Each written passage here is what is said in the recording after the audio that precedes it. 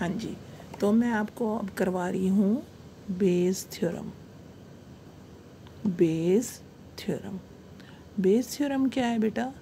Means आपको दिया हुआ होगा probability A given that B has happened.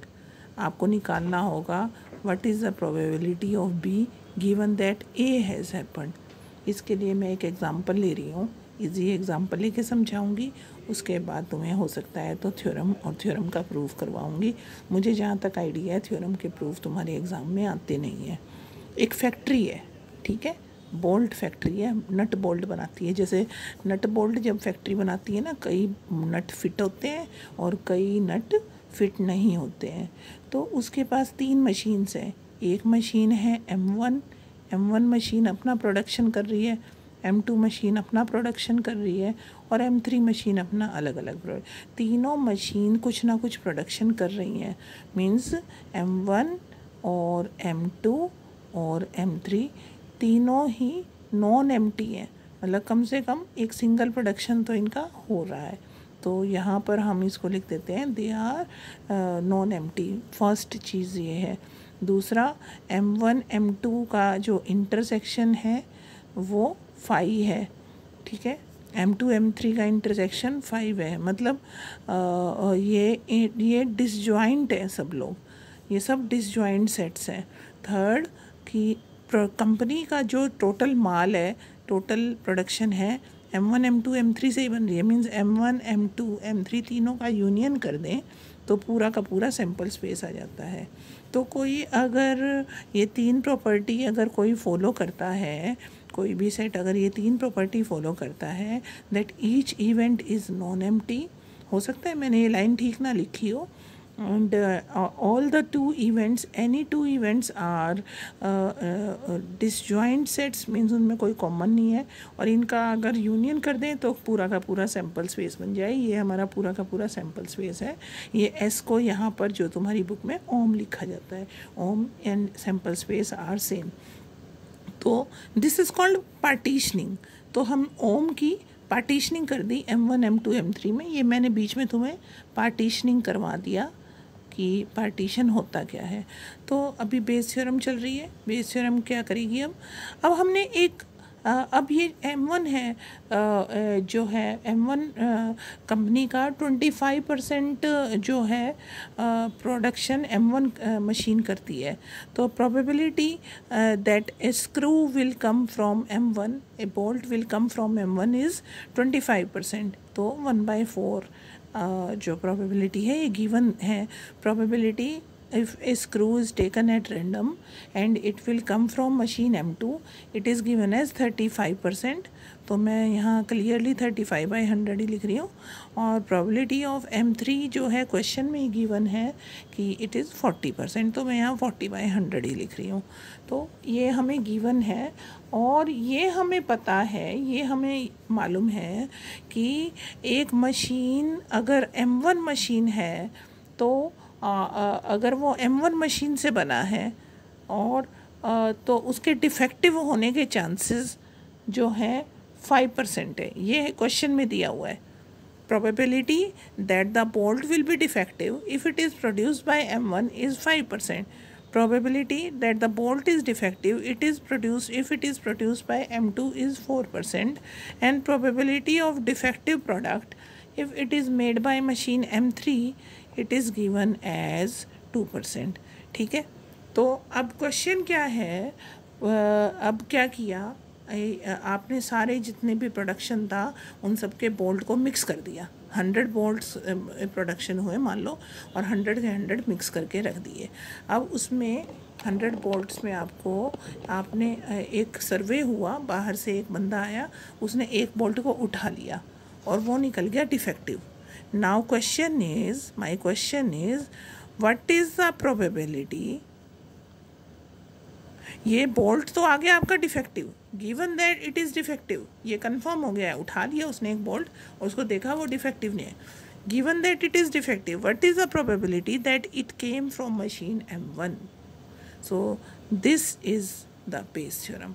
अब आप देखो, प्रोबेबिलिटी D गिवन M1 दिया हुआ था, पूछा क्या है? Probability M1 given D। तो इसके लिए हम लोग बेस थ्योरम अप्लाई करते हैं और इसका फॉर्मूला क्या होता है वो मैं लिखने वाली हूँ। तो इसका फॉर्मूला होता है, बेस थ्योरम का फॉर्मूला लिख रही हूँ और ट्राई करूँगी, इसको प्रूव भी करवा दूँगी बाद में। तो इसका फॉर्मूला होता है प्रोबेबिलिटी डी गिवन m1, जो लर्न कैसे करते हैं इसको, m1 गिवन d होता है ना, तो d गिवन m1 कर देते हैं into probability m1 divided by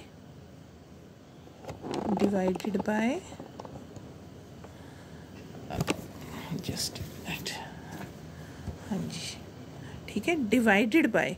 अब यहाँ पर क्या आएगा, यहाँ पर आएगा प्रोबेबिलिटी, यही लाइन फिर से आएगी, probability D given m1 into probability m1, फिर एक और टर्म आएगी, सीधा सीधा चलेंगे, वीडियो में जगह नहीं है, मैं नीचे लिख रही हूँ, plus probability D given m2 into probability m2 plus probability D given m3 into probability m3। तो यहाँ पर हम इसको कैलकुलेट करते हैं। So this will give you the probability that A bolt is found defective. What is the probability that it came from machine m1, मतलब कि posterior और प्रायर प्रोबेबिलिटी उल्टी हो गई। यहाँ था d गिवन दैट m1, पहले क्या हुआ, m1 हैपन हो गया था।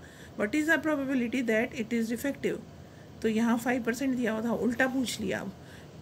अब आपको पता है कि पहले डी हो गया है, मीन्स डिफेक्टिव बोल्ट आ चुका है। What is the probability that it came from m1। अब ये सभी वैल्यूज़ आपके पास है। प्रोबेबिलिटी डी गिवन m1 ये हमारे पास 5% है, तो 5% को मैंने लिख दिया है 0.05 मल्टीप्लाई में प्रोबेबिलिटी m1 की प्रोबेबिलिटी 1/4 दी हुई है 0.25 divided by, first term same है 0.05 मल्टीप्लाई बाय 0.25 प्लस क्या किया हमने, डी गिवन m2 4% दिया हुआ है 0.04, ध्यान से 4% को लिखेंगे 0.04, और probability D given m2 into probability of m2 is 0.35, तो यहाँ लिखा 0.35 plus D given m3 is 2% हमने लिखा 0.02, ठीक है बेटा, और प्रोबेबिलिटी ऑफ m3 इज़ 40% 0.4, तो इसको हम सॉल्व कर लेंगे। 0.25 into 0.05, this will come out to be 125, this will be 125 divided by 345,